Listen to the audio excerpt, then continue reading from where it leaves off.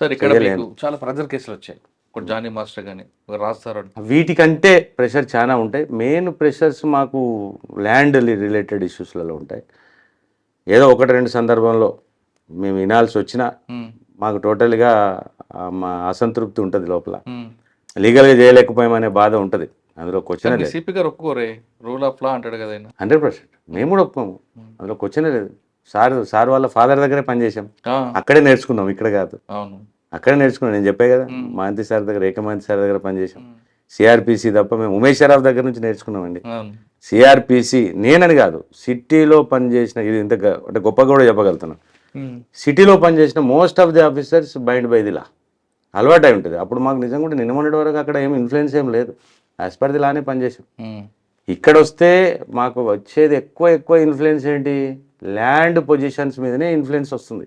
ప్రతి ఒక్కడు దొంగడు కూడా వచ్చి నేనే పొజిషన్లో ఉన్నా అంటాడు. అవును. ఇప్పుడు వాడు 10 రోజుల్లో వచ్చి కంప్లైంట్ ఇన్ఫ్లుయెన్స్ ఉంటాడు, అక్యూజ్డ్ పార్టీ ఇన్ఫ్లుయెన్స్ ఉంటాడు. ఈ ప్రజలు ఎలా తట్టుకుంటారండి? ప్రెజర్ ఏంటి, లా as per the law only. Pressure ఏముంది, ఇప్పుడు మాకు ఉన్న స్టాండర్డైజ్డ్ ప్రోగ్రామ్ ఏముంటుంది. ఇప్పుడు మీరు అన్నట్టు ల్యాండ్ పొజిషన్స్లే మాకు ఇష్యూ. అవును. అందులో టైటిల్ డిస్ప్యూట్ మీద మేము శాస్త్రాన్ని ఏం చదవం. లేదు. దాంట్లో పొజిషన్ ఇవ్వడంలోనే ఉంటుంది. ఇప్పుడు 20 ఏళ్ళు 30 ఏళ్ళు తెగని వాద్యం ఏదన్నా ఉంటే అది మా దగ్గర 2 రోజుల్లో తెగుతాం అనుకోవడం మూర్ఖత్వం అది. అవును. దానికోసం ఇక్కడ మన వాళ్ళు ఏం అడ్డదారి దొక్కేది ఏంటి, పొజిషన్. హ్మ్. పొజిషన్లో నేనున్నా అని అడ్డమైన ఆర్గ్యుమెంట్ చేస్తారు. ప్రతి ఒక్కడు ఏముంటాడు, అక్యూడ్ నేను ఉన్నా అంటాడు, కంప్లైంట్ నేనే ఉన్నా అంటాడు. ఎంత అన్యాయం ఇది. అదే ఆ హెడేక్ ఎలా పోయి భరిస్తున్నారట? అంటే ఇప్పుడు కొద్దిగా మోడర్న్ టెక్నాలజీ కూడా వచ్చింది, గూగుల్ ఇవంతా ఉంది కాబట్టి. ఈవెన్ గూగుల్ మ్యాప్స్లలో పోతే, గూగుల్ ఎర్త్ మ్యాప్లో పోతే పొజిషన్లో ఎవడన్నా ఉందా లేదా అని ఒక 3 months బ్యాక్ పోయి చూసుకుంటే అక్కడ ఏముందో కనబడుతుంది. 6 months బ్యాక్ ఏముందో అది మంచి టెక్నిక్. ఇప్పుడు అచ్చా. ఇంతకుముందు లాగా నేను 6 నెలల కింద కట్టాను అంటే మిగతా కేసుల కన్నా ల్యాండ్ ఇష్యూలోనే హెడేక్ ఉంటుంది. ల్యాండ్ ఇష్యూలోనే హెడేక్ అండి, మిగతాది పెద్దగా. సరే, జానీ మాస్టర్ కేసు చెప్పండి. జానీ మాస్టర్ కేసులు ఇవన్నీ మాకు ఎక్కడ టెక్నికల్గా ప్రాబ్లం అవుతున్నాయంటే, జానీ మాస్టర్ కేసు అయినా ఏదైనా ఎప్పుడైతే నిర్భయ యాక్ట్ అమెండ్మెంట్స్ వచ్చాయో, ఈవెన్ ఇండియన్ ఎవిడెన్స్ యాక్ట్లో కానీ, తర్వాత ఈవెన్ డెఫినేషన్ ఆఫ్ ది రేప్లో కానీ, ఈ రెండు తేడా వచ్చింది నిర్భయ యాక్ట్ తర్వాత. ఎప్పుడైతే ఆ అమెండ్మెంట్ వచ్చిందో అప్పటి నుంచి మేము కొంత టిల్టింగ్ టువర్డ్స్ విక్టిమ్ కంప్లైంట్ అన్నది కంపల్సరీ అయిపోయింది. I can't judge by sitting in my chair, వాళ్ళు అట్లా వీళ్ళు ఇట్లా నేనేం చెప్పలేను. Complaint is the complaint, that's it. Complaint వచ్చింది అంతే, ఎవిడెన్స్ లేదు దానికి, అయిపోయినట్టే. చేసింది అని ఒకవేళ కంప్లైంట్ వచ్చింది అంటే ఐ కాంట్ సిట్ అంటే ఫైనలైజింగ్ ఇన్ మై చైర్, కాదు ఇది కాదు అనేందుకు నాకేం అధికారం లేదు. కాబట్టి మా వాళ్ళు ఖచ్చితంగా ఆ కంటెంట్ ఆఫ్ ది కంప్లైంట్ని బట్టి ఖచ్చితంగా కేసు రిజిస్టర్ చేస్తారు. కేసు రిజిస్టర్ చేసిన తర్వాత ఇక next course of action will shift to the court. Court ఎట్లా యాక్షన్ తీసుకుంటే కేసు యాక్చువల్గా రాయదుర్గం పోలీస్ స్టేషన్కి వచ్చింది ఫస్ట్. అక్కడ వారం రోజులు ఉన్న తర్వాత మీ దగ్గరకు వచ్చింది. ఫస్ట్ అక్కడ వాళ్ళు అక్కడ ఉండేవారు అనుకుని రాయదుర్గం పోలీస్ స్టేషన్లో ఉన్నప్పుడు ఎక్కడ లీక్ కానీ ఆ కేసు నార్సింగ్ పోలీస్ స్టేషన్ వచ్చిన వెంటనే బయటికి ఎలా లీక్ అయిందండి? లీక్ కాదు, అది ఎఫ్ఐఆర్ అయితే అది ఓపెన్ డాక్యుమెంట్.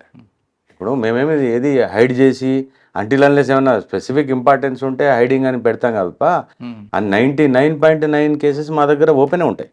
కానీ కొన్ని కేసుల్లో ఇంపార్టెంట్ కేసు ఉంది అనుకోండి, ఎఫ్ఐఆర్ రిజిస్టర్ చేస్తే బయటికి లీక్ అవుతుందని కొన్నిట్లలో పెడతాం. అది ఆ విధంగా నేను పెట్టారా? దీన్ని పెట్టలేదు. ఇప్పుడు ఏమవుతుందంటే జానీ మాస్టర్ అనే అతను ఎవరో మాకు తెలియదు, ఆ అమ్మాయి ఎవరో తెలియదు, నిజం కూడా తెలియదు మాకు. ఎవరు జానీ మాస్టర్ ఎవరు, సినిమాలు మేము చూసి బంద్ చేసి చాలా వెళ్ళలేదు. మాలాంటి వాళ్ళకు ఏం తెలుస్తుంది? అమ్మాయి కంప్లైంట్ కంటెంట్ మీద వెళ్తాం. కంటెంట్ మీద వెళ్ళినప్పుడు అక్కడ ఇప్పుడు అది మీడియా పాయింట్ ఆఫ్ వ్యూలో ఇంపార్టెంట్ కేసేమో కానీ మా దాంట్లో రొటీన్ కేసు అది. అవును. కానీ అంతకన్నా ముందు రాజ్ తరుణ్ కేసు వచ్చింది. రాజ్ తరుణ్ కేసు కూడా నోటీస్ ఇచ్చి జానీ మాస్టర్ని అరెస్ట్ చేశారనేది ఒక వివాదం. లేదు, అది ఏం ఫస్ట్ ఏం చూస్తుంటే అందులో కేసులో ఐఓ గడే ఇమినెంట్ పవర్స్. ఐఓ ఇన్వెస్టిగేటింగ్ ఆఫీసర్కు సిఆర్పిసిలోనే ఆ అధికారాలు ఉన్నాయి. పోలీసులో 3 రకాల అధికారాలు ఉంటాయి. ఒకటి ఎంటైర్ పోలీస్ పవర్స్ అంటే constable to commissioner, and IO powers investigating officer powers. Third is the SHO station house officer powers. అంటే స్టేషన్ హౌస్ ఆఫీసర్ మీద కూడా నేను స్టేషన్ హౌస్ ఆఫీసర్, నా పైన డీసీపీ గారు స్టేషన్ హౌస్ ఆఫీసరే, సిపి గారు స్టేషన్ హౌస్, అందరం ప్రివేల్ అవుతాం. ఈ 3 పవర్స్ కింద డిఫరెన్సెస్ ఉంటాయి. ఐఓ ఒకవేళ ఇటు వ్యక్తి విచారణకు హాజరవుతాడు ఇన్వెస్టిగేషన్కి ఇంటర్ఫియర్ కాడు, ఎవిడెన్స్ని ఇన్ఫ్లుయెన్స్ చేయడు అని వీడు అనుకుంటే వాడు 41 నోటీస్ ఇస్తాడు, 41A నోటీస్ ఇస్తాడు. రాజ్ తరుణ్ కేసులో ఏంటి, ఫస్ట్ వచ్చిన కేసులో ఆల్మోస్ట్ వాళ్ళ కంప్లైంట్లో కూడా లివింగ్ టుగెదర్ ఉన్నాము, 10 ఏళ్ళు ఉన్నాము అని అన్న కంప్లైంట్. ఆ సుప్రీంకోర్టు కూడా తప్పు చెప్పట్లేదు. తప్పు చెప్పలేదు, సుప్రీంకోర్టు కూడా పోయాడు. నాకు తెలిసి ఈవెన్ ఈ గట్ అడిషనల్ బెయిల్ ఆల్సో అనుకుంటా, ఏదో మళ్ళీ బెయిల్ ఏదో తీసుకున్నట్టున్నాడు. బెయిల్ తీసుకోవాల్సిన అవసరం లేదు, బెయిల్ తీసుకున్నాడు. జానీ మాస్టర్ వచ్చేసరికి ఆ సీక్వెన్స్ స్టార్ట్ అయిపోయింది. మాకు సీక్వెన్స్ స్టార్ట్ అయినప్పుడు కొద్దిగా మీ ఇన్ఫ్లుయెన్స్ కూడా మాకు ఎక్కువ, అంటే అండ్యూగా తెలియకుండానే మా మీద కూడా మాకు పడుతుంది ఇంపాక్ట్. మీడియా ట్రయల్ ఇంపాక్ట్ పడుతుంది మాకు. మీడియా ట్రయల్ ఇంపాక్ట్ లేకపోతే మేము కొద్దిగా జర నిష్పక్షపాతంగా. కేసులో జానీ మాస్టర్ కేసులో కంప్లైంట్ ఏజ్ బిలో మైనర్ 18 అని పోక్సో యాక్ట్ వచ్చేటట్టుగా పెట్టారు. ఇక దట్ హ్యాస్ టు బి, అంటే కోర్టు డిసైడ్ చేయాలి. షార్ట్ షీట్ వేశారంట. వేసేసాం. ఓకే, నెక్స్ట్ అదే టైం నడుస్తున్న టైంలో యూట్యూబర్ హర్ష, ఆయన ఎవరు తెలియదు, యూట్యూబరు ఆ ట్యూబర్ అని మాకేం తెలియదు. హర్ష విషయంలో ఆయన బయటికి వెళ్ళే వరకు పోలీసులు ఏం చేయలేదు. బెయిల్ తెచ్చుకున్న వరకు ఏం చేయలేదు. Arrest is not at all necessary factor for the investigation. అవును, మేమే అవసరం లేదంటే అవసరం చేయము. ఇప్పుడు అల్టిమేట్గా మేము ఉన్న సంఘటనలన్నింటినీ కూర్పి ఛార్జ్ షీట్ రూపంలో మేము కోర్టుకు సబ్మిట్ చేయడం మటుకే మా పని. ఇప్పుడు అరెస్ట్ చేసినంత మాత్రం ఇప్పుడు మాకు ఏమైనా ఎవిడెన్స్ దెబ్బతింటుంది అని అంటే జనరల్ అరెస్ట్, ఓకే, హర్ష అనే వ్యక్తి బహుశా ఇక్కడ మన దగ్గర రాయే లోపల ఆయనకు ఇన్ఫర్మేషన్ కూడా లీక్ అయ్యి వైజాగ్ అనుకుంటా కదా, వైజాగ్ అతను అక్కడ నుంచి అంటే ఏటో అబ్రాడ్ వెళ్ళిపోయాడు అని. ఇప్పుడు మరి అలాంటి వ్యక్తికి మరి బెయిల్ ఇవ్వదు కదా, కోర్టు బెయిల్ ఇచ్చిందంటే యాక్సెప్టెడ్ అన్నట్టే కదా. బెయిల్ ఇచ్చినప్పుడు మనం బెయిల్ క్వశ్చన్ చేసినందుకు మీరు నేను ఎవరికి అధికారం లేదు. బెయిల్ ఇచ్చింది, దాని ప్రకారం ఛార్జ్ షీట్ వేయడం జరుగుతుంది. ఈ 3 కేసెస్ కూడా రియలీ మీడియా ఇంపార్టెంటెడ్ కేసెస్, కానీ మాకు రొటీన్ కోర్సులో కరెక్టే, మీకు రొటీనే. కానీ ఈ కేసుకి మధ్యలో గ్యాప్ లేకుండా ఒక్కొక్క కేసు పడుతున్నప్పుడు మీరు కానీ మీ సబార్డినేట్స్ కానీ ప్రజలు ఎలా తీసుకున్నారండి? కొంచెం గ్యాప్ ఉంటే అది వేరేగా ఉంటుంది. ప్రెజర్ ఉంటుంది. మా వాళ్ళు కూడా అందరూ ప్రెజర్కి డిపార్ట్మెంట్లో మొదటి నుంచి అలవాటు అయిపోయిన వాళ్ళే పాపం ఉంటారు. మా ఇన్స్పెక్టర్స్ కానీ మేము కానీ ఈవెన్ మా ఎస్ఐస్ కానీ ఇలాంటి కేసెస్ ఉన్నప్పుడు ఆల్మోస్ట్ ఇక్కడే 2-3 రోజులు ఉండి పనులు చేసుకున్న సందర్భం ఉంటుంది. ఖచ్చితంగా మా ప్రెషర్కి అలవాటు అయి ఉంటారులేండి మా వాళ్ళు. ఏమి దాని గురించి లేదు. చెప్పాను కదా, ఆఫీసర్ సభాష్ అంటే చాలు మా వాళ్ళు 24 గంటలు పని చేస్తారు, చెప్పుకుంటారు, పని చేస్తారు. క్వశ్చనే లేదు. అది సార్ ఇప్పుడు నార్సింగ్ మీద ఫోకస్ అయింది మీద. నార్సింగ్ చూసారు, ఇన్స్పెక్టర్ గా చూసారు, ఏసీబీగా చూసారు. నార్సింగ్ సబ్ డివిజన్ అండి, ఇది గ్రోయింగ్ ఏరియా కాబట్టి ఖచ్చితంగా అంటే పోలీసింగ్ పాయింట్ ఆఫ్ వ్యూలో ఏమేమి ఉందో మాకు మిగతా డిపార్ట్మెంట్ల పనితీరు కూడా మా మీద ఇంపాక్ట్ పనిచేస్తుంది. ఇప్పుడు రెవెన్యూ వివాదాలు ఎక్కువ. ఈ రెవెన్యూ డిపార్ట్మెంట్లు, రెవెన్యూ ట్రిబ్యునల్స్ కానీ లేకపోతే మిగతా వ్యవస్థలు కానీ సరిగ్గా పనిచేసి భూమికి సంబంధించినటువంటి ఇష్యూస్ ఇమ్మీడియట్గా తేల్చగలిగితే మా మీద సగం ప్రెషర్ పోతుంది. భూ సంబంధిత వివాదాలు పబ్లిక్ వచ్చిన వాళ్ళు ఏమంటారు, మనను ఖచ్చితంగా సార్ అక్కడికి వెళ్తే 10 ఏళ్ళు అవుద్ది, 20 ఏళ్ళు అవుద్ది. అవునండి, ఇప్పుడు మీరేమో సివిల్ మ్యాటర్ అంటే అది మనం ఏమో చేయలేని కోర్టుకి వెళ్తే టైం పడుతుంది. దాంతో థర్డ్ పార్టీకి వాళ్ళు అప్రోచ్ అవుతున్నారు. అది మరి ఓటర్లు, ప్రభుత్వాలు అందరూ కలిపి మార్పు తీసుకొచ్చి ఆ వ్యవస్థ బాగుపడేటట్టు చేస్తే మేము కాస్త హ్యాపీగా పని చేసుకోగలుగుతాం. కానీ మీరు వద్దుంటారు కొంతమంది, ఇలాంటి వివాదాలు ఉంటేనే ఆఫీసర్ డబ్బులు వస్తాయి కదా. కరెక్టే, మళ్ళీ మొదలుకు వచ్చారు కామెడీ పర్ర కూడా. అంటే 2 రకాలు ఉంటాయండి. ఇప్పుడు ప్రశాంతంగా నిద్రపోగలిగితే అదే 10,000 అనుకునే వాళ్ళకి, నిద్రలో కూడా గలవరిచ్చే వాళ్ళకు తేడా ఉంటుంది. మేము ప్రశాంతంగా నిద్రపోవాలని కోరుకునే టైపు. అంటే మీరు పడుకోవడం, పబ్లిక్ కూడా అంటే వాళ్ళు పడుకుంటే మేము పడుకుంటాం కదా. దాంట్లో మీనింగ్ ఏంటంటే వాళ్ళు ప్రశాంతంగా పడుకోగలిగితే మేము పడుకుంటాం. వాళ్ళ దాంట్లో అశాంతి ఉందనుకోండి, మేము పడుకోలేము. సింపుల్లీ మాకు నిద్ర రాదు. ఇప్పుడు what that the things are going on in Shankarpalli, Mokila, more than the Narsingi ఇప్పుడు ప్రాబ్లమ్స్ ఆల్మోస్ట్గా ఇక్కడ కొద్ది గొప్ప అదుపులోకి వచ్చాయి, బాగానే ఉంది. Now our problem is mostly with the rural areas. అక్కడ అంత ఈజీగా లా ఇంప్లిమెంట్ చేయడం సాధ్యం కాదు. ఇప్పుడు చిన్న యాక్సిడెంట్ అయింది అనుకోండి, యాక్సిడెంట్లో రికవరీ ట్రిబ్యునల్స్ ఉంటాయనేమో, లేకపోతే కోర్టుకు పోయి కంపెన్సేషన్ వస్తుందనో ప్రజలు, పాలకులు ఎవరు అనట్లేదు. వెంటనే శవాన్ని తీసుకొచ్చి రోడ్డు మీద పెడతారు, ధర్నా అంటారు. వెంటనే అప్పటికప్పటికి అది తేల్చేయాలి. వాడిగా 10 లక్షలు 20 లక్షలు వాడిని అడుగుతారు, ఆ గోలా గాయ గతరంతా చేస్తారు. దాని మీద ఇమీడియట్గా అప్పటికల్లా సాయంత్రం కల్లా క్లోజ్ కావాలి. అది ఇన్స్టెంట్ జస్టిస్ కావాలి. ఇన్స్టెంట్ జస్టిస్ అనే టెండెన్సీ ఇంకా రూరల్ ఏరియాస్లో చాలా పెద్దగా ఉంది. ఇప్పుడు మాకు చాలా మా ఏరియాలో రూరల్ ఏరియాస్ పోతే యాక్సిడెంట్ అయిందంటే ఇదే ప్రాబ్లం. మ్మ్. యాక్సిడెంట్ అయిందంటే శవాన్ని రోడ్డు మీద పెట్టాలి, వెంటనే దాన్ని సెటిల్ చేసుకోవాలి.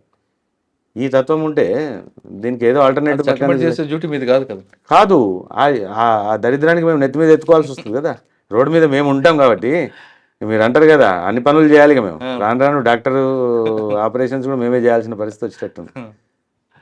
ఇప్పుడు సార్ అన్నారు ఒకసారి, ఏకే మహంతి సార్ అన్నారు,